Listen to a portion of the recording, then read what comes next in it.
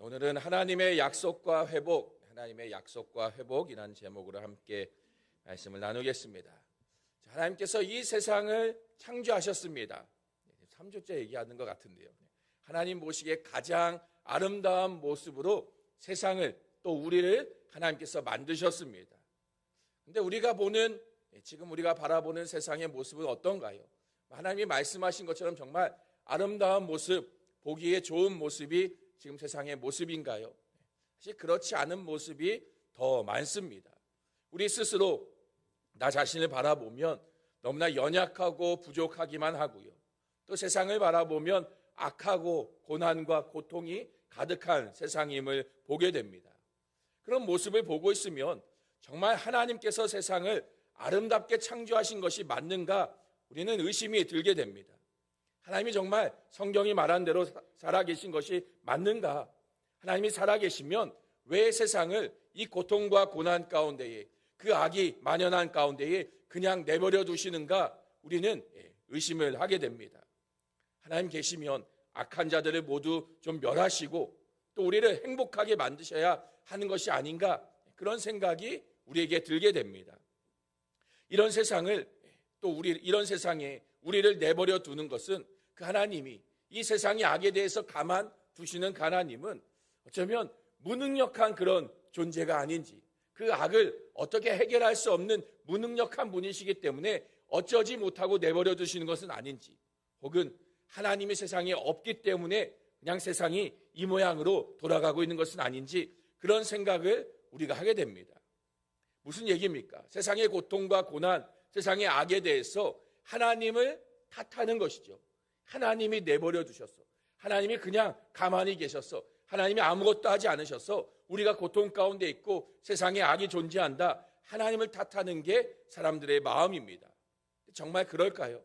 하나님이 무능력해서 아무것도 할 수 없어 그냥 내버려 두시는 것이고, 또 하나님이 안 계시기 때문에 세상에 이런 악이 존재하고 고통과 고난이 여전히 있는 것일까요? 아니요, 그렇지 않습니다. 하나님 탓이 결코 아닙니다. 우리는 하나님을 탓하지만요, 하나님 탓이 아닙니다. 하나님은요, 성경이 말한 대로 이 세상을 가장 아름다운 모습으로 만드셨습니다. 그런데 왜 세상이 이 모양이냐고요? 그것은 우리의 죄 때문이다라고 성경은 분명하게 말하고 있습니다. 하나님 탓이 아니라 누구 탓이에요? 우리 때문이에요. 우리의 죄 때문에 지금 세상이 다시 이 모양, 이 꼴이 되어진 것이죠. 하나님을 무시하고 내가 주인 되어 살려고 하는 우리의 죄가요, 지금의 이러한 세상을 만든 것입니다. 그나마도 하나님께서 세상을 다스리고 계시기 때문에 사실 이 정도에 머물러 있는 것이지, 만약 정말로 하나님이 세상을 그냥 내버려 두셨다면요, 상관하지 않으시고 신경 쓰지 않으셨다면 아마 벌써 우리는 다 멸망하고요, 세상은 아마 사라지고 없었을 것입니다. 그런데도 여전히 우리는 하나님을 탓합니다. 마치 선악과를 먹은 후에 아담이 저 여자가 저거 열매를 주어서 내가 먹었다, 여자를 탓하는 것과 같고요. 또 여자는 뱀이 주어서 먹었습니다, 뱀 때문이라고 남을 탓하고 있는 그 모습과 같은 것이 우리의 모습인 것이죠. 왜 선악과를 하나님 만드셔가지고 죄를 짓게 만드셨느냐, 죄를 지은 거 하나님 때문이다, 그렇게 하나님을 탓하는 모습과 같은 것이 우리의 마음입니다. 이런 우리의 모습은요, 당장이라도 하나님 앞에 모든 벌을 받아도 사실 할 말이 없습니다. 죄를 실컷 우리가 지어놓고 하나님 때문이라고 하나님 핑계를 내고 있는 우리를 향해 하나님은 끔찍한 벌을 내리셔도 사실 우리는 아무런 할 말도 핑계댈 것도 없습니다. 그런데 하나님께서는요, 이런 우리도 사랑하십니다. 우리를 그냥 내버려 두지 않으시고요, 그 죄 가운데 하나님을 탓하며 교만함 가운데 있는 우리를 그냥 두시지 않으시고요, 우리가 다시 회복되어지기를 원하신 하나님이십니다. 우리가 지난주 보았던 창세기 말씀에 보면요, 선악과를 먹은 그 죄로 인해서 타락한 세상과 사람을 향해 죄로 인해 당하게 될 저주를 말씀하시는 가운데요, 동시에 하나님께서는 그 죄 가운데 그 저주당한 우리를 그냥 내버려두지 않으시겠다라는, 구원하시겠다라는 소망의 말씀을 함께 주시는데요, 우리 창세기 3장 15절 말씀 같이 한번 읽어보겠습니다. 내가 너로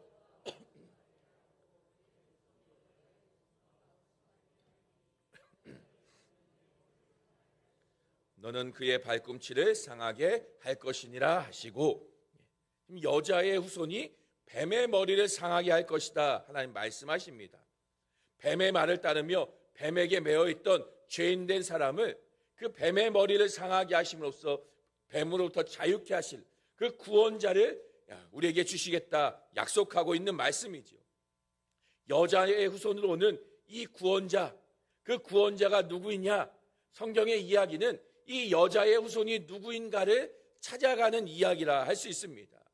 이제 이후로 펼쳐지는 성경의 이야기, 그 다음에 등장하게 사람들, 아브라함, 이삭, 야곱, 또 이스라엘 나라, 또 그 나라 가운데 다윗 왕, 그 모든 이야기들이 지금 오늘 우리가 읽은 3장 15절 이 말씀에서 약속하고 있는 여자의 후손이 누구인가를 가르치고자 그 이야기를 펼쳐나가고 있는 것입니다. 물론 그 이야기가 너무 길어서 지루하다고 느끼실 수도 있겠지만 그 약속하신 구원자, 이 여자의 후손에 우리가 좀 집중하면서 성경을 한번 창세기부터 차근히 읽어보시기 바랍니다. 그러면 조금 더 전에는 잘 이해되어지지 않았던 것들이 조금 더 이해되어지고 더 재밌게, 안 믿어지시나요?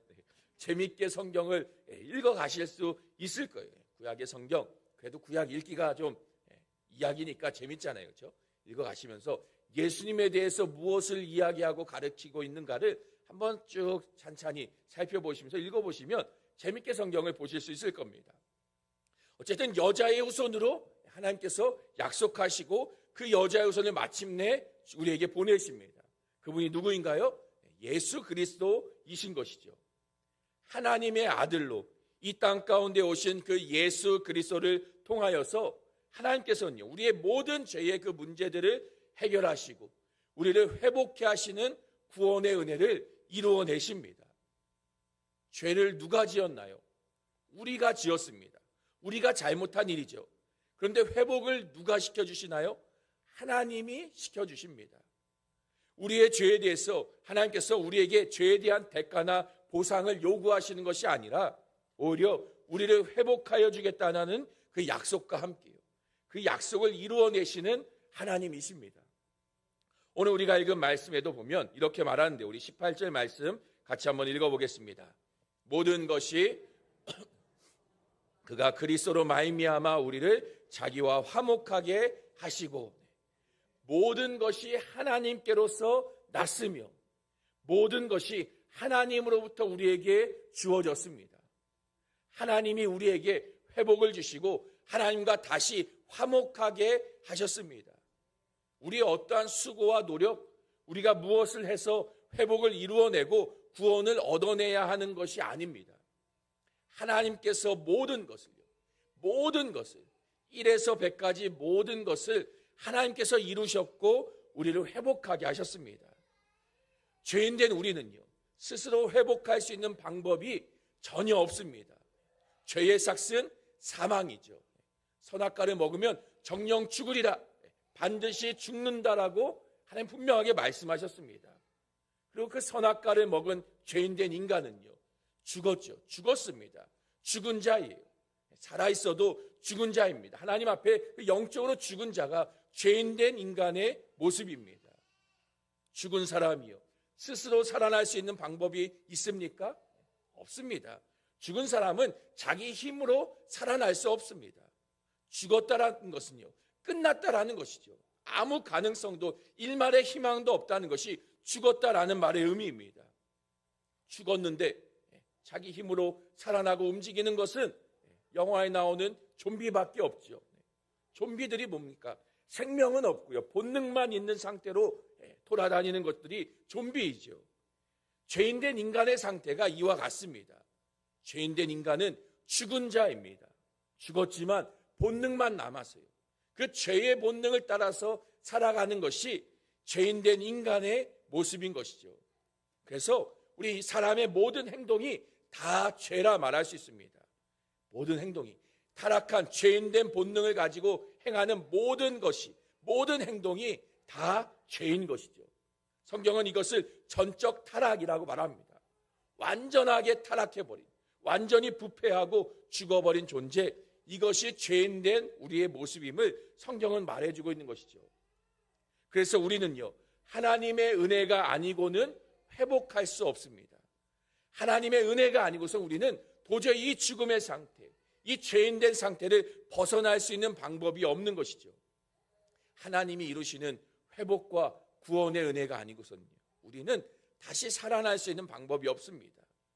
이런 우리의 상태를 하나님께서 아시고요, 또 먼저 그 회복을 약속하십니다. 또 그 회복의 약속을 이루시는 하나님이십니다. 그 하나님의 은혜와 사랑이 우리에게 얼마나 감사한 일입니까?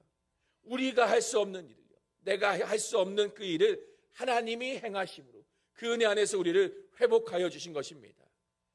이렇게 하나님께서 우리에게 이루신 그 회복이 무엇인가요? 바로 하나님과의 관계의 회복입니다.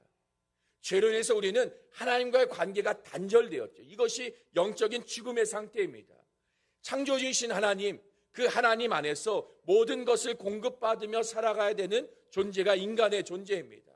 생명을 공급받고요, 모든 축복과 하나님의 그 복을 공급받음으로써 하나님 안에서 평안과 기쁨으로 영원한 생명과 행복을 누리며 살아가는 존재가 인간인 존재입니다.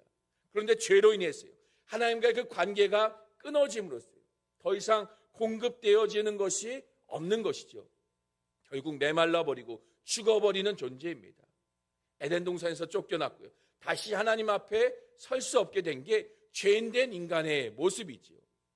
그런 우리를 어떻게 하십니까? 우리가 읽었던 18절 말씀에 보면 우리를 자기와 화목하게 하셨다라고 말합니다.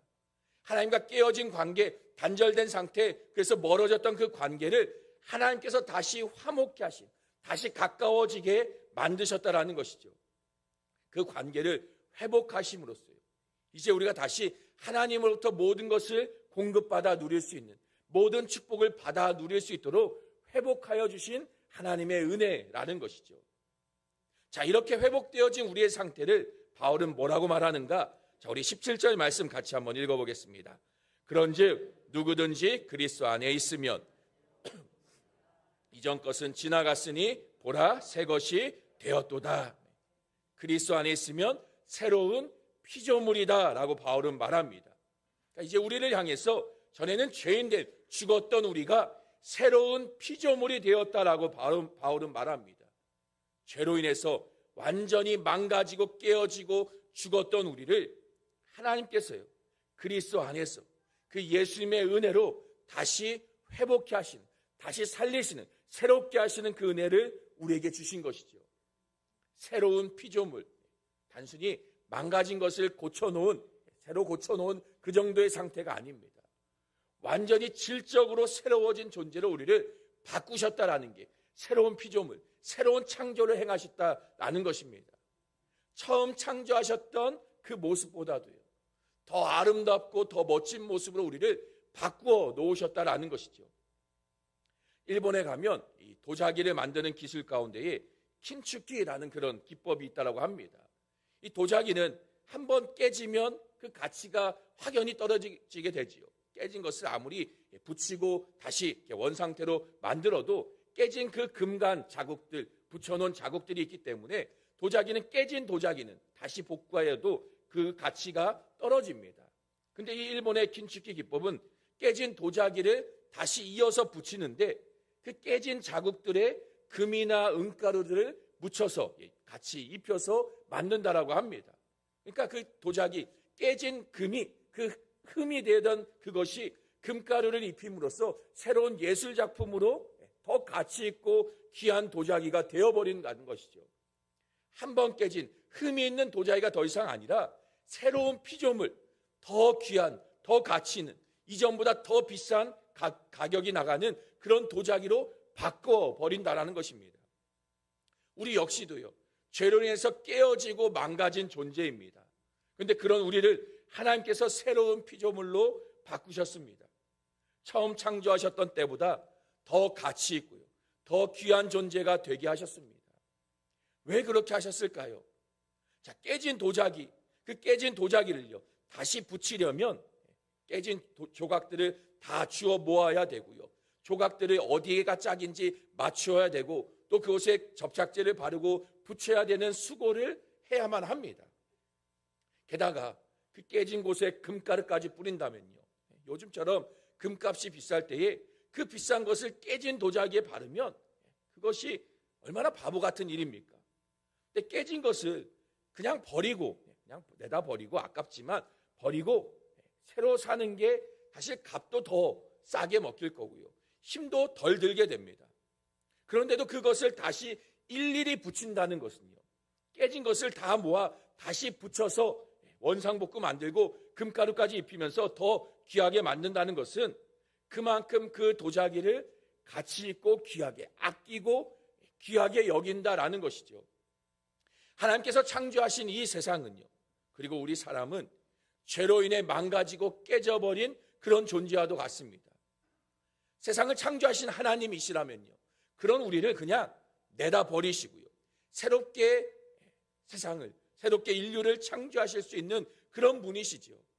이 드넓은 우주 가운데에 지구, 아무것도 아닌 이 지구 그냥 사라지게 만드시고 지구와 함께 그 안에 살고 있는 이 모든 세상, 우리 모든 생명체 다 없애버리시고 다시 지구보다 더 아름답고 예쁜 별을 만드시고 그곳에 더 괜찮은 생명체들을 창조하셔도 그들로 하여금 하나님의 백성으로 삼아서 살게 하셔도 충분히 그렇게 하실 수 있는 능력의 하나님이십니다. 근데 그렇게 하지 않으시죠. 이 지구를, 또 이 지구 안에 있는 사람들을 버리시는 게 아니라 다시 고쳐 쓰기로 하십니다. 그만큼요, 우리가 살고 있는 이 세상, 또 우리를 하나님이 그렇게 아끼시고 사랑하신다라는 것이죠. 하나님을 반역하고 죄 가운데 깨어지고 망가지고 버려진 그런 존재이지만 그런 우리를 너무나 사랑하시기 때문에 다시 회복하시고 다시 고치시고 다시 하나님과 화목해 되기를 원하신 것입니다. 하나님이 회복하시는데 우리에게 어떤 조건을 내것이기라도 하십니까? 아니죠. 어떠한 조건도 없습니다. 그 회복, 새로운 피조물로 되어지는 가운데에 어떤 조건도 없습니다. 누구라도 그리스도 안에만 있으면 새로운 피조물로 바꾸시는, 회복해 하시는 하나님이라는 것이죠. 이전 것은 지나갑니다. 죄인된 우리의 그 망가진 모습, 깨어진 모습, 그것은 다 사라지고요, 다 고쳐지고 새 것이, 새롭게 창조하신 그 아름다운 모습을 가지게 되어집니다. 이전에 죄의 본성대로 살아갔던 그 죽었던 상태에서요, 이제는 죄를 벗어버린 새롭게 살아갈 수 있는 존재로 우리를 바꾸어 놓으신다라는 것이죠. 우리는요, 그렇게 그리스도 안에서 새롭게 다시 태어난 새로운 피조물이 된 자들입니다. 그리스도 안에만 있으면요, 우리를 회복케 하시고요, 새롭게 하시는 하나님이십니다. 그리고 이제는 우리는 새로워진 존재로서요, 전에는 죄의 본성대로 따라갔던 죄된 자에서 이제는 새로워진 존재로서 새롭게 하신 그 이유와 목적을 따라 살아가는 자로 우리는 바뀌어진 것이지요. 그러면 그 이유와 목적이 무엇일까요? 우리는 어떻게 회복되어진 자로 살아가야 할까요? 자, 우리 18절부터 20절 말씀 같이 한번 읽어보겠습니다. 모든 것이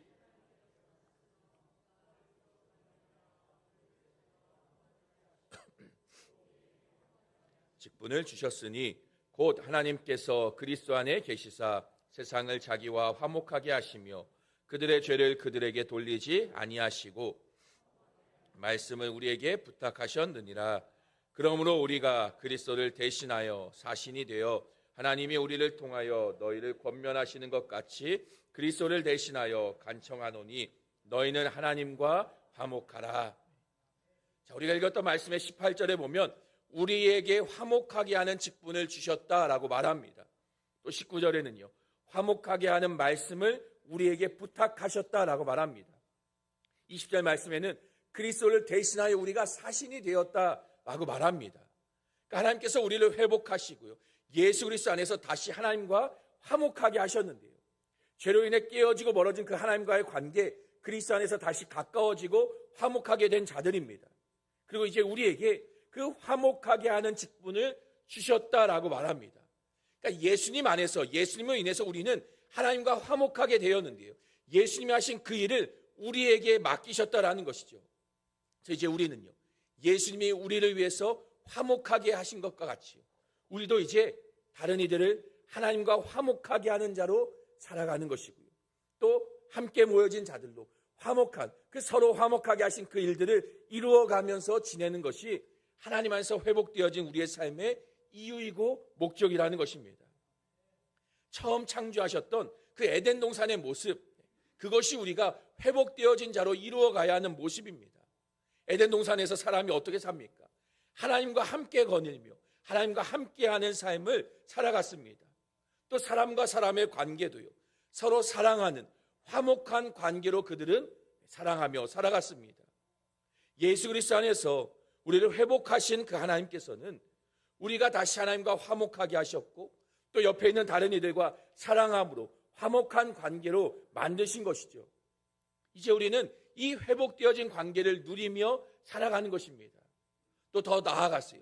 다른 이들도 우리와 같이 하나님과 화목되어지고 또 서로 화목한 관계로 그렇게 살아가도록 그리스도를 대신하는 사신이 우리가 되어야 하는 것입니다.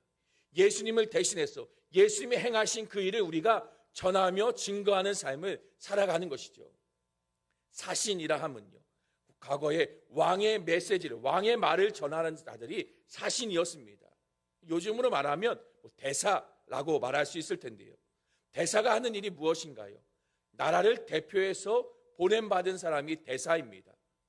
예수 그리스도께서 하나님의 구원자이자 사신으로 이 땅 가운데 오셨어요.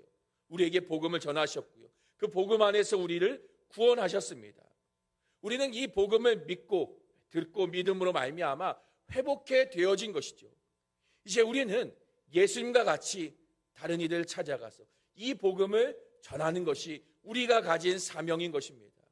아직 회복이 되어지지 못한 죄로 죽어있는 자들에게 이 복음을 전함으로써 그들도 듣고 믿어 회복을 누리게 하는 것, 이것이 우리가 해야 할 일인 것이죠. 또 사신, 그 대사가 있는 곳, 외국 땅에 대사가 있는 곳을 대사관이라고 말하죠. 대사관은 외국 땅의 한가운데 있지만 그 대사관이 있는 땅은 어느 나라의 법과 그 통치 가운데에 적용되어집니까? 그 대사가, 그 보내어진 대사의 나라의 통치를 받습니다. 한국, 대한민국 대사관, 미국에 있고 호주에 있고 어느 나라에 있어도 그 대사관 그 땅은 미국이나 어느 나라의 통치도 받지 않습니다. 한국의 법, 한국의 통치 안에서 지배되어지는 땅인 것이죠. 대사의 나라의 법과 가치가 적용되어지는 공간입니다. 마찬가지로 우리도 그리스도인은 사신으로서, 대사로서 이 땅에서 살아가는 자들입니다. 우리는 그러면 어느 나라의 법을 따르며 살아야겠습니까? 하나님 나라에서 보냄받은 자들이기 때문에 우리는 이 세상이 아니라 하나님 나라의 법과 그 가치를 따르는 자들이 되어야 하는 것이죠. 하나님의 통치와 다스림 안에서 우리는 살아가는 것입니다. 비록 이 땅을 산다 할지라도요, 이 땅에서 우리는 하나님 나라의 법대로, 하나님 나라의 가치대로 살아감을 통해서 세상에서, 세상과 다른 나라에 속한 자들임을 우리는 보여줘야 하는 것이죠. 우리의 말로 또 우리의 삶으로 하나님 나라에 속한 자 되었음을 우리는 보여줘야 하는 것입니다. 그 삶의 방식이 무엇인가요? 사랑하는 삶입니다. 하나님과의 관계가 회복되어졌음으로써 하나님을 사랑함으로 살아가고요, 또 이웃과의 관계가 회복되어짐으로 이웃과 사랑함으로 살아가는 것, 이것이 그리스도인 된 우리가 살아가는 삶의 방식인 것입니다. 올해 우리 교회의 표어가 무엇인가요? 사귐입니다. 이 표어의 주제 말씀이 요한일서 1장 3절인데 우리 같이 한번 읽어보겠습니다. 우리가 너희에게도 전함은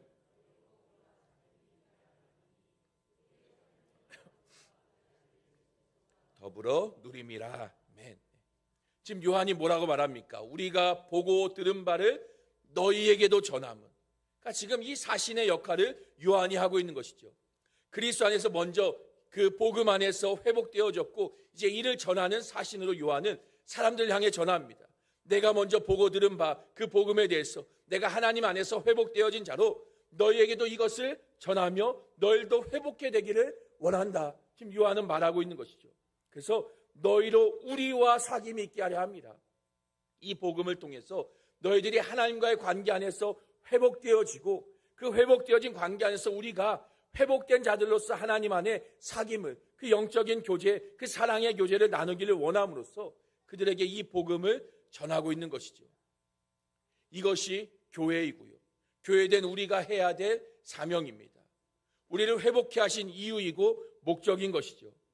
하나님과 화목해 되어진 그 회복의 관계를 누리며 살아가므로, 또 옆에 있는 지체들과 사랑으로 화목한 관계를 우리는 누리며 사는 것, 이것이 교회된 그리스도인의 삶의 모습입니다. 이렇게 사랑으로 살아가는 그 하나님 나라의 법칙을 따라 살아감으로써요, 우리는 이 세상이 아닌 하나님 나라에 속한 존재임을 세상 가운데 보여줘야 하는 것이죠. 또 우리가 사랑하며 주의 뜻을 따라서 그렇게 선한 삶을 살아감으로써요, 세상을 변화시키는 일을 우리가 하는 것입니다. 세상이 악하다, 세상이 왜 이 모양이냐 탓하고 세상을 원망하기 전에요, 우리가 그리스도인으로서요, 하나님의 방법대로, 하나님 나라의 가치관대로 사랑하며 주의 말씀대로 살아감을 통해 우리는 세상에서 빛과 소금이 되어지는 것이죠. 이 어두운 세상, 우리를 통해 밝히 비치는 것이고요, 우리가 소금을 위해서 썩어져가는 세상을 썩지 않게 하는 것, 그것이 그리스도인이, 교회가 이 땅을 살아가는 이유인 것입니다. 어떻게 우리가 그런 일을 할 수 있습니까? 이전에는 할 수 없었습니다. 그러나 이제는 할 수 있습니다. 왜냐? 예수 그리스도께서 우리를 대신하여서 우리의 모든 죄를 감당하셨기 때문이에요. 그리스도 안에서 우리를 새롭게 하셨기 때문이에요. 우리 오늘 본문 21절 말씀 같이 한번 읽어보겠습니다. 하나님이 죄를 알지도 못하신 이를 죄로 삼으신 것은 우리로 하여금 그 안에서 하나님의 의가 되게 하려 하심이라. 아멘. 하나님께서요, 우리를 회복하시기 위해서 죄를 알지도 못하시는 그 예수님에게요, 우리의 모든 죄를 뒤집어 씌우셨습니다. 그리고 그분의 의를 우리에게 입혀주셨습니다.